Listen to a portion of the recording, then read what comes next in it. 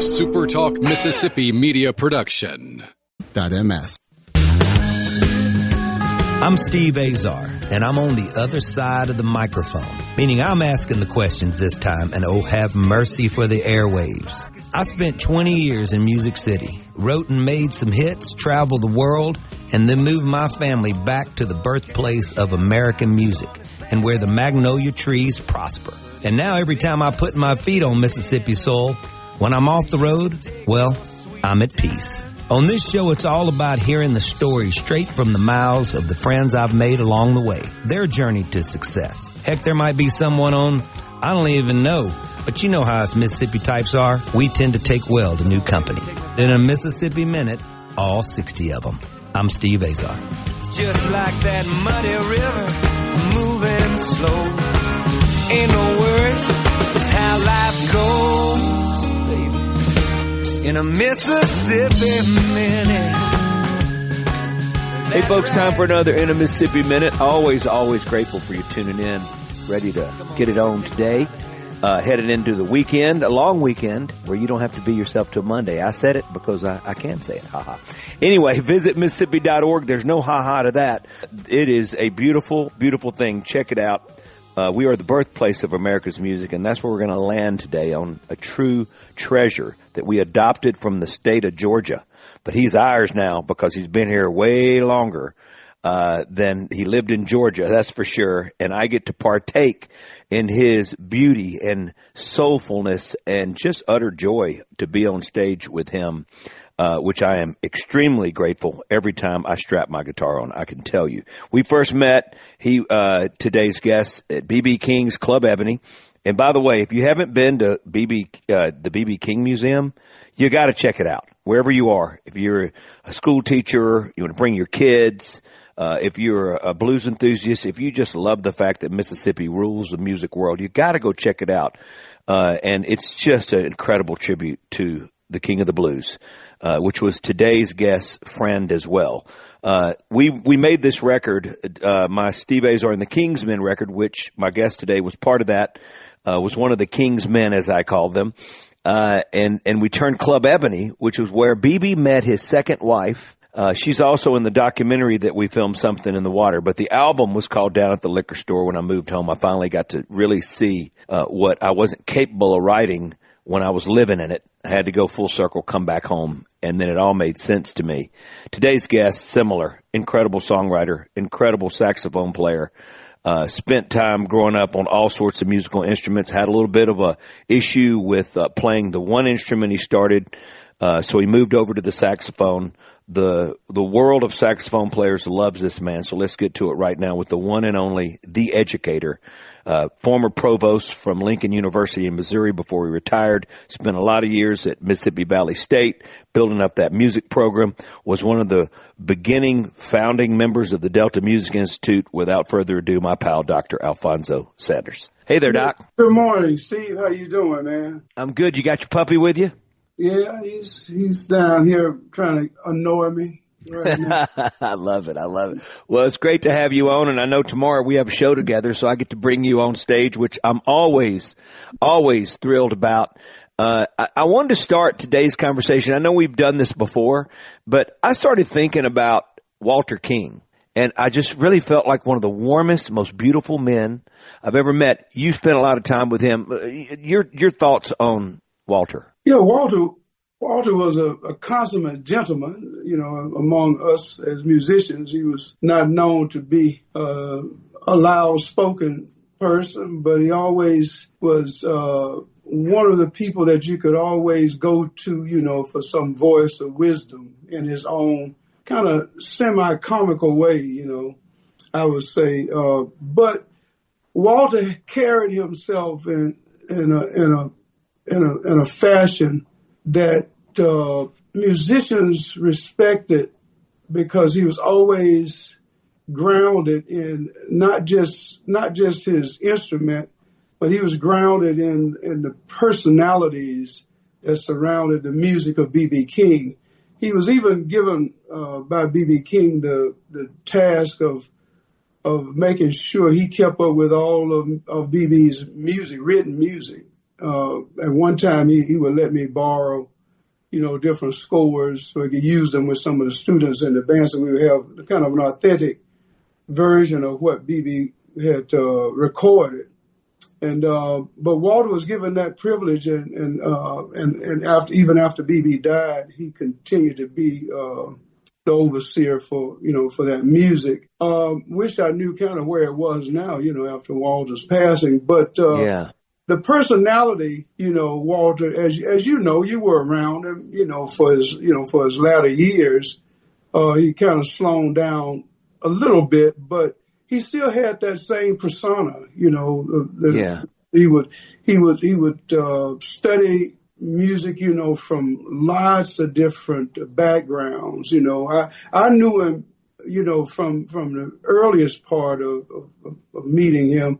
I knew him, kind of as a jazz influenced musician. He played flute a lot in his early years, but he also was a pretty versatile woodwind player, where he played multiple woodwind instruments. And sometimes I think about, the voice of BB's band as it changed. Walter brought a certain characteristic in the horn section because he played baritone sax very well. Mm-hmm. And the baritone sax was one of those instruments that became real popular, in the 60s. Yeah, it's got that real low thing, right? Yeah. Real popular. But BB was one of the last of those blues bands that carried horns, and so those guys were very fortunate to be able to spend the time they did with BB's ensemble. As we know, a lot of blues band became more rhythm section oriented, mm-hmm. and could have been a lot of reasons for that. But financially, moving members around is kind of can be a task sometimes. But Walter, apart from his musical personality, Walter was very well read individual. We talked about a lot of things, even from the death of like some poetries that Walter was very familiar with. We would talk about some of the people, people like people who are in the literature. They would know a little bit about some of the names if I start mentioning them. But he would always be very critical too of himself, and which I think musicians of any level should be, and he was probably not that he was the only one like that, but he was not afraid to be critical of himself, but he was very demanding, Sure. If you played with him, he wanted to make sure everything was going to be all right. He never was a sloppy player, and never wanted to be around a sloppy ensemble. So Right. The part to me that just blew my mind when he was on dialysis late in his life, and I know that Chris and Jason and my guys would pick him up after dialysis, and we'd have to fly to a show or whatever we were doing our little thing when we were messing around with that. Mm-hmm. And I remember him being so weak to get on stage, but when he got on stage, the air that was saved, I don't know what was going on. All I know is it's like you're just that when you get there, you're allowed to have all your oxygen back and your strength back. And it's just something that it was mind-boggling to watch how weak he had gotten, but yet his playing did not lack ever. It was always there. Can you describe that? Why? I don't know. I think it's the spirit of music itself. We're just conduits. We're not. I guess we're not anything of value if we don't have an open spirit for the music to travel through. So Walter, like us and many people, if we choose to be, allow ourselves to be that way, we not only feel healed during the moments that the music is going through us, but it also brings healing to other people too. Yeah. And we experience it a lot of times on stage. Sometimes moments are very, very sensitive, and sometimes they're more sensitive than others. We just have to see where the music goes. Interesting, isn't it? You play the same songs over and over and over again, and you can sometimes this moment, those 3 or 4 moments of the song remind you of another moment, that it takes you there. It literally transports you. Oh, I remember that. But for some reason, it's just so different every time. And it's not like you're playing different parts, but it's something in the air and something on the stage that allows you to feel like you've never done your first kiss. Yeah. It's the most amazing feeling. I wish people out there could understand how lucky you and I both know we are to be able to experience that, and with basically our whole lives. And it's been something that you and I both know that you have to be grateful for, because it's a feeling that I've never experienced it on the sports field. I've never experienced it, anywhere. You get these moments at church where you really feel inspired, or times you're praying and stuff like that. And I feel amazing, but I feel bad about saying this, but I feel like God put us on earth to be able to feel that. Yeah. And at the same time, relay that feeling to the audience when they're there, so they can feel somewhat what we're getting as well. And that's the beauty of live music. Let's take a quick break. I'm with the wonderful Dr. Alphonso Sanders, music educator, phenomenal musician. He is now a Mississippi treasure. Well, he's a Southern treasure. Born in Georgia, but spent a lot of his life here in Mississippi. Obviously, BB was a good friend of his. Let's take a break. Go to visitmississippi.org, celebrating the birthplace of America's music, which we are.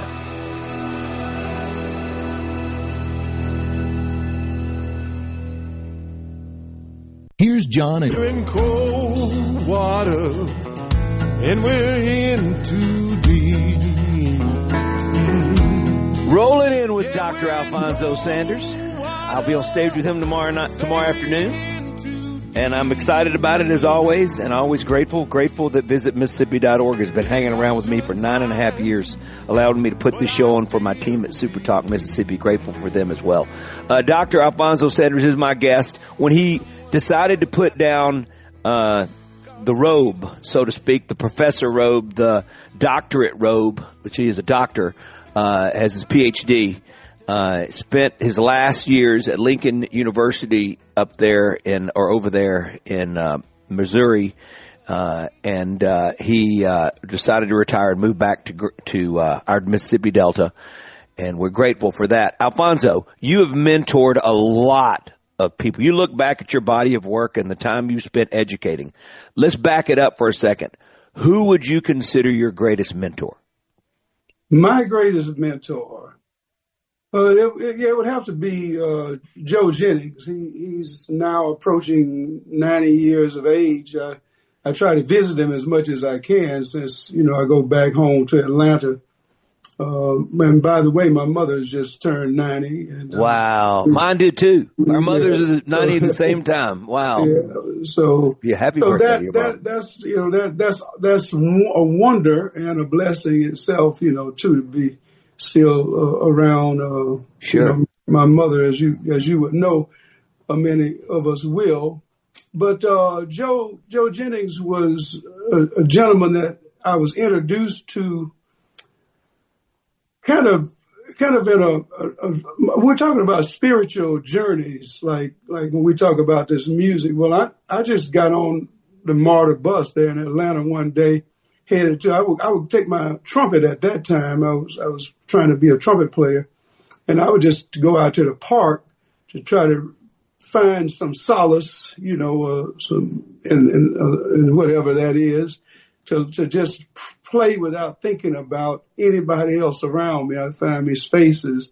But that particular day, I met a gentleman by the name of Charles Hines. Everybody called him Top, as I found out later. But he was sitting at the back of the bus, and he had a familiar magazine that I had started reading, which was Downbeat. Downbeat was probably the most formative jazz magazine of his time. And I kind of found my way back there, didn't want to disturb him, but eventually he looked up and said something to me, and he says, "I see you play trumpet." And he asked a question. I said, "Well, yes, sir." And he told me, he said, "Well, are you familiar with the Neighborhood Arts Center?" He said, "A lot of young musicians are down there trying to learn to play." And he said it's being led by Joe Jennings, who was at that time I met him. He was a saxophonist and well known throughout the jazz community. I mean, through New York and other places. Well, Joe took me in around the mid-'70s, and at that time I couldn't really play the instrument very well at all. And he started to mentor me as a student of jazz music, not just the instrument itself, but as to learn the style of music. And from that point on, I met the way I got to Mississippi, which by the way, Joe was from Natchez, Mississippi, but he had moved from Natchez in his travels. He went through his college world, ended up in Chicago, ended up spending quite a bit of time with Johnny Taylor's band, and which good. Yeah, which people don't think about it, but musicians of certain caliber was sought out by many of those guys. You know, a lot of jazz influenced musicians. That BB's band was made up of many jazz influenced musicians in the earliest years, like George Coleman. Through the Memphis years with BB became Miles Davis's formative tenor saxophone player. Wow. People don't know the histories of how musicians move through other musicians. Right. But Joe, of course, settled in Atlanta to teach in the Atlanta University systems.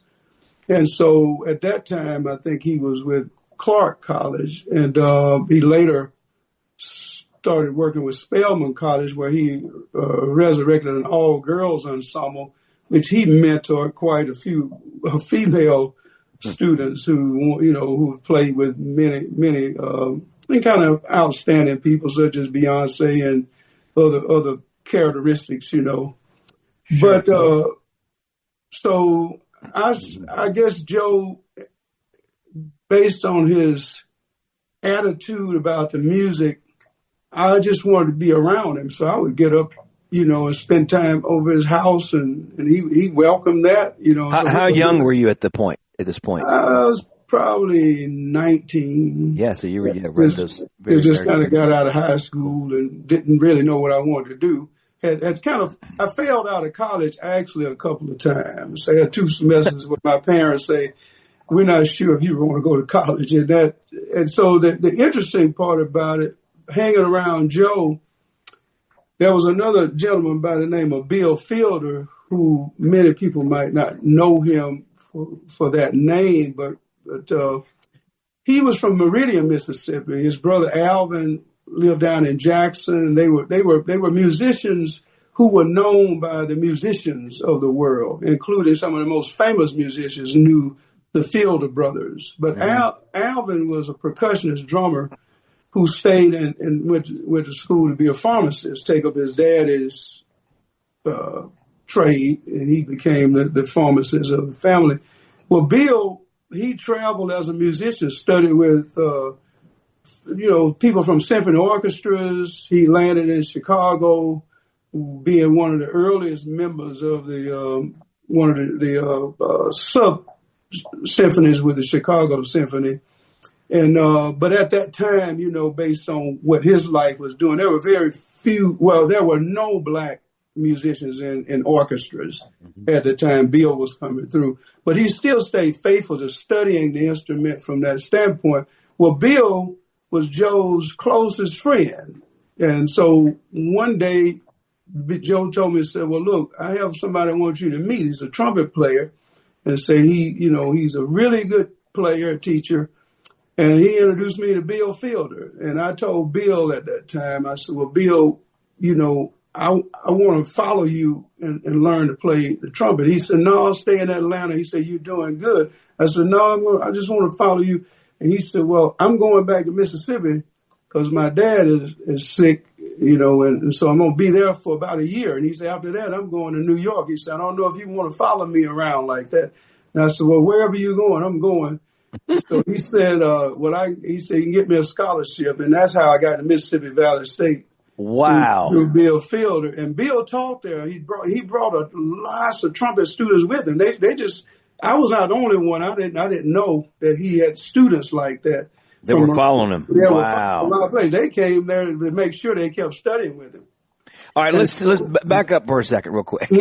You obviously have educated yourself to as far as you can go, basically, especially you have a PhD, and you're telling me your first formative years in college, your dad, you stopped. I sort of see a person that grabs a PhD as somebody that always was on point in school. But that's a good example for folks to realize sometimes it takes a second to get focused, I guess, find your love, and then made sense, and then you get educated that far.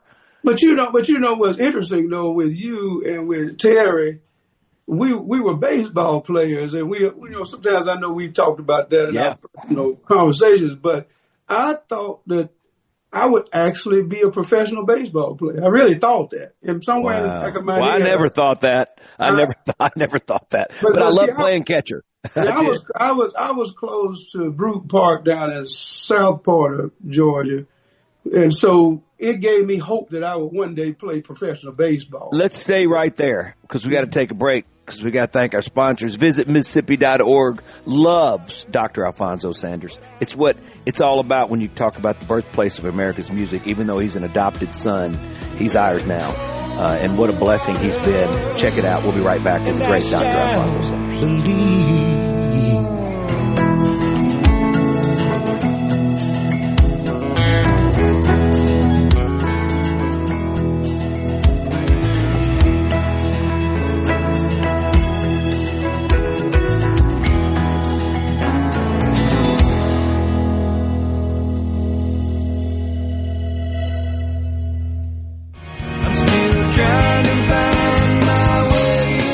$20,000 available for first-time home buyers. Hey folks, Steve Azar here. Helping is the heart of our friends at Guarantee Bank. They offer programs like the Home Buyer Equity Leverage Partnership Grant that can assist qualified first-time home buyers with up to $20,000 towards down payment and provide home ownership counseling to empower you on your journey. These funds are first come, first served. Learn more about this program and to apply now, go to gbtonline.com. Guarantee Bank, member FDIC.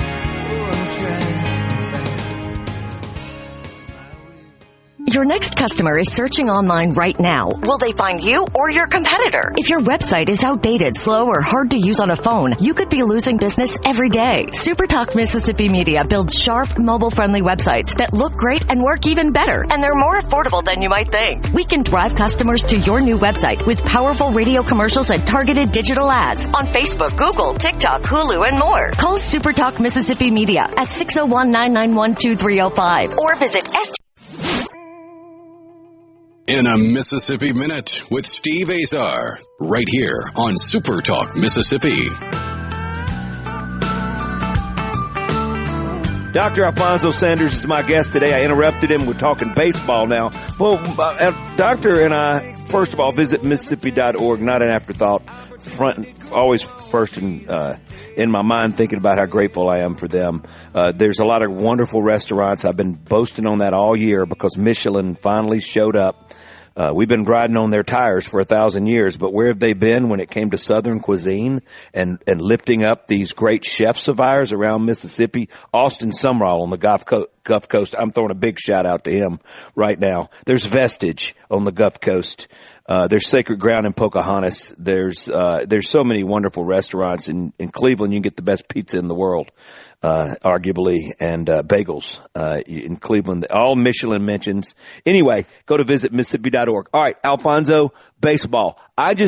I've always said this, and my listeners are going to go, you are a broken record, but I always say it's a platinum record because it's the most important thing.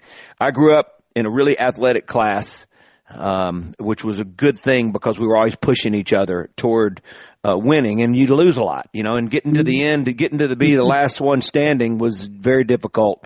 And it happened for in some sports, but mostly it didn't. So we felt the agony of defeat way more, than the thrill of victory and, reaching the ultimate accomplishment. So I always felt like it was that the losses and the coaches you disagreed with and who probably were right and all this, the mess that you went to sitting on the bench to the rising up to all that helped me survive the business. The music business was equal in my mind, and I felt like, and I still feel like, it's been a sport of another type my whole life, and that's what allowed me to get through it. Because it's a discipline. Yes. Yeah. So baseball-wise, how serious were you? Well, I actually thought somewhere in the back of my head, based on the fact that we were kind of state competitive. Yeah. Players. We made a lot of tournaments, made it to some state finals. But at the meantime, I had learned to play, because I had uncles.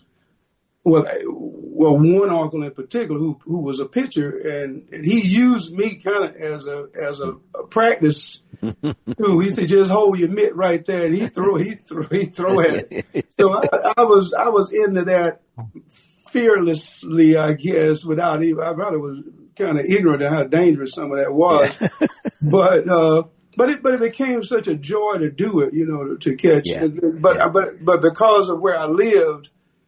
Brew Park had Atlanta's, that was their camp, for training camp. So a lot of young guys thought that they would do that. And so, we had some players that made, pro ball, but by 10th grade, one of the players, by the name of Billy Pittman, he's no longer with us, but he left his trumpet, and I just was kind of shocked because the catchers, we always last one taking off stuff, putting bags in place, and I was going to take it up to the locker room. But I took the horn, and since I couldn't find him, I just took it home with me. That's how you started playing music, right? So I was 10th grade, right? And so I hadn't been in band, didn't know anything about it. I was struggling with that thing. And my grandmother tried to get me to take piano lessons, which I thought was like for girls. Yeah. So I didn't want to be the guys come by and say, "Hey man, you practicing?" And they said, "Well, you gonna practice piano?" And stuff. So it was kind of like a peer pressure thing that kind of made me not want to do it. But I wanted to regress. That's probably one of the major regrets I have is that, man, I wish I would have stayed on the piano, like that. But yeah, so 10th grade led me to dabbling with it. And one day, as I asked questions over and over and over, Billy just told me, he said, "Why don't you just keep and bring it back to the band room?" And I started taking it home every day. And so the bus drivers, they didn't want you to bring extra stuff on the bus. That's why Billy wouldn't take it. It's because you have to walk home. And we didn't live probably about a mile from the school. Mm-hmm. So I just would take it and walk, and I think I probably made the first book sack because I had to figure out how to take my books, which you carried under your arms at that time. But I got an old bag or something so I could not be, so cumbersome, with that. Yeah. And so it was funny though. But the reason I think I failed out of college, my interest level was not there, and I didn't think that's what I wanted to do. And since I couldn't read music or keep up with the music majors, I felt so out of place. Wow. And that was a boy to hear you say that you were ever out of place. No, that's the truth. I mean, you're trying to learn, but as it would be, the masterful plan, the creator, a guy was in the military, and he saw me one day, and he saw the frustration, and he said, "Look, man," he said, "you can't read music, can you?" And I told him, I said, "No, sir." He said, "Well, meet me in the morning at 7:00. He said, "I'll start showing you how to do it." So he had books and stuff where he started me in this Auburn Trumpet Studies book, and I didn't know nothing about that. And he said, "Well, you pat your foot, and this is how you're going to play the notes." And so we started that, but every time he would leave me and go to class, and I was staying there and practice, so I wasn't going to class. Yeah, so, but interesting. I did have somewhere to eat and sleep, and so my parents, when they got at that time, parents would get your grades like through the mail. You couldn't hide anything. Yeah, so they say, how does anybody get flunk all the classes? So I said, well, they said, well, we can't, we couldn't keep doing it. So, but anyway, it took me a while to figure it out. So I started working, odds and end type jobs, but it came to me, you know, by way of Joe Jennings. You mentioned, you know, my mentor. Yeah, sure. He's been like that even to today. I call him sometimes 2 or 3 times a week. We just talk about music, talk about life and all kind of stuff, you know. But he was, like I said, he's still well known among some of the classic players out there in the business. Have you always been, you're very provocative when it comes to philosophy and being a deep thinker.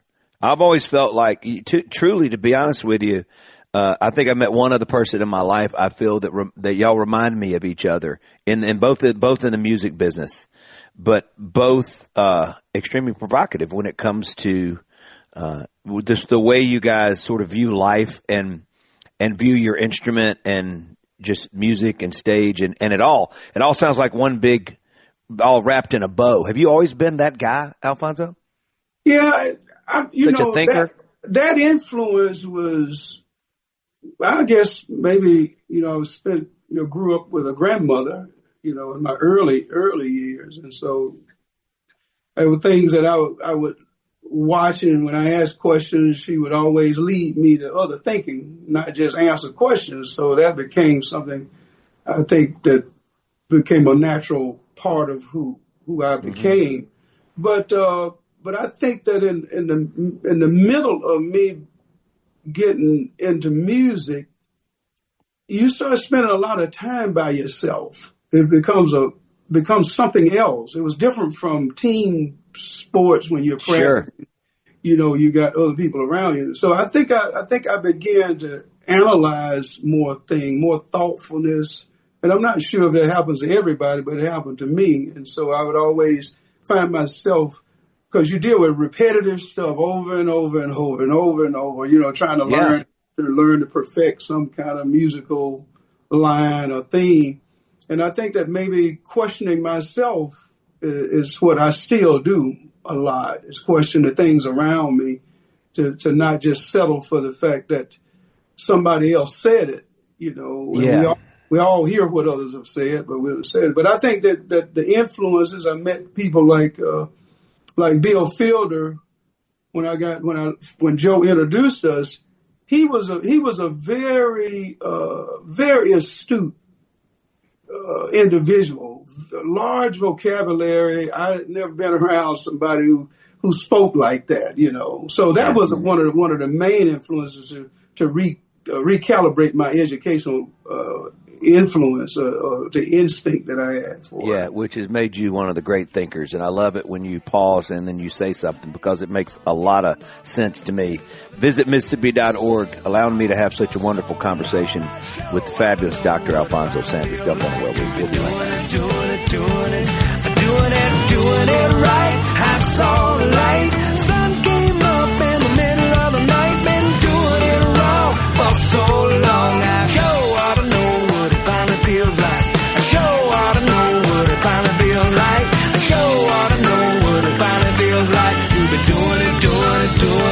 I'm doing it right. I'm still trying to find my way.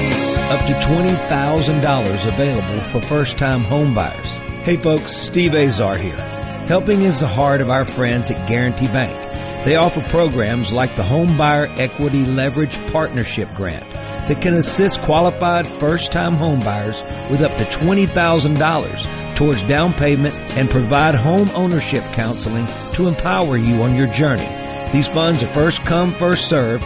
Learn more about this program and to apply now, go to gbtonline.com. Guarantee Bank, member FDIC.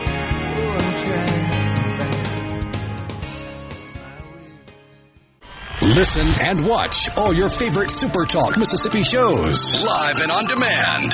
Listen to tons of music. Plus, get the latest breaking news from across the state with the SuperTalk Mississippi app. The SuperTalk Mississippi app. Download the SuperTalk app on your iPhone or Android device now for free. Just search SuperTalk Mississippi in your app store on your mobile device to get everything Mississippi all in one place. The SuperTalk Mississippi app. Get it now. If you're kids on the corner of Highway 1 and 82, we were standing at a crossroads both knew what I had to do. I think I was talking to my low voice just then. There's a low voice, there's a baritone in me at times. Dr. Alphonso Sanders is my guest today. So grateful for him. So grateful for our friendship and to share the stage with him. It's always a blessing, I can tell you. Been around enough times when it didn't feel like a blessing. So right now, at this point in my life, I'm very grateful. Grateful for my team at visitmississippi.org and my team at SuperTalk. Thank you guys for allowing me the time with Alphonso Sanders to share my friends with you guys all out there listening. Doctor, you said something a minute ago that we were talking about that made me think of something, and I'm getting to that point where I forget pretty quick. Oh, but I do want to talk to you, but there's one question that I haven't asked you yet. So, you talk about teaching, and every student's different. Every student's not quite ready. Some are going to work harder and pass the people that are more talented. We've seen every level of musicians who have risen up, songwriters who've risen up, and all that. So how do you instruct when it comes to pace of each individual student when there's 20 of them in your class? And how do you sort of figure out how to educate each one of them depending on the pace or their special needs maybe? Yeah, when you're dealing with class structures, of course, you have to have some kind of an outline that helps you stay on your, I guess, on your task for certain, like if you got a topic that you're going to discuss, but mostly trying to get students to find themselves, So if you got because you're going to always have a mixed match of, sure, of intellect and so forth, but if you can drive, right? And drive. But if you can help the students understand that there is no such thing as a grade, and try to tell them, even if you try to define a grade in the business of music, then you're going to find yourself failing, and you have to understand that music is a lifelong journey. So say, exactly. For some of us, we might find ourselves closer to maybe a more, I guess a more accomplished place that we are. But if you're ever satisfied with that, it doesn't matter what level you're on, you're still not going to be a successful musician. And I know musicians who are considered very well crafted musicians, but they have to still work at the craft. Right. Over and over and over. Just like yourself, you can't just decide I made it and now I can just wander around. If you do, you're going to find yourself slipping. Never, ever thought. I've never thought that, because when you start having success, you start having these moments that are obviously like sports, right? And you get there, and then you're going like, all you can think about is what. You got to keep going. You can't, there's no really time to celebrate, nor do you even want to. You think that there's going to be this, fireworks and everything when you get to these moments, and you could care less about that. All you can think about is tomorrow, and how can I continue to get to have this be in love with me for the rest of my life? Because obviously it's an unconditional thing. You and I we love music more than music loves us. It's already been proven. And you can look at it. I mean, if Branford, I was listening to Branford, a beautiful interview that Branford Marcellus has done. Sure. And you've had him at your golf tournaments. Yeah.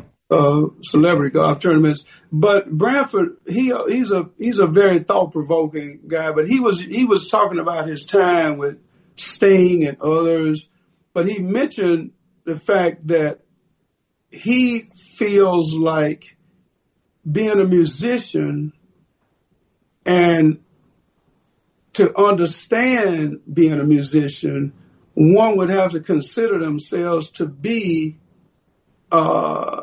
driven by the same spirit that athletes are driven by. They have to practice off season if they're going to be any good. Mm-hmm. So there's no such thing as a time when you just put your instrument down and say, well, I just finished making a good record, so I can take a break now. Well, that doesn't work for people who are in the business of music. Sure. Sure. And now, granted, Steve, we know some people will do it, and that was one of the things I would translate to the students. Well, if no matter what level you're on, me as an educator, I cannot afford to assume that anybody in this class might not be musical material or musicianship material, right? Mm-hmm. So I have to assume that everybody in here is going to make it. Yeah. And so I have to teach like that. And so if you on certain levels, then I'm going to give you the task of coming by to see me as an individual. Sure. And then if you could get students to do that, you'll find out who then has the desire. The desire level really is probably the highest form of achievement that we can have. If you don't have the desire to do it. You got to know. That's all the time we got. Alphonso, I love you, brother. I'll see you tomorrow. I can't wait to look back there and see you on stage with me. It's a blessing. You're a great man. Yeah, this was fun, man. It was fun. Always a pleasure. And we're going to do it again in blessings. Dr. Alphonso Sanders, folks. Anyway, visit Mississippi.org, the birthplace of America's music. Dr. Alphonso Sanders. What a treasure. We'll see you later. I'm Steve Azar. In a Mississippi Minute, all 60 of them, where you can take your sweet time.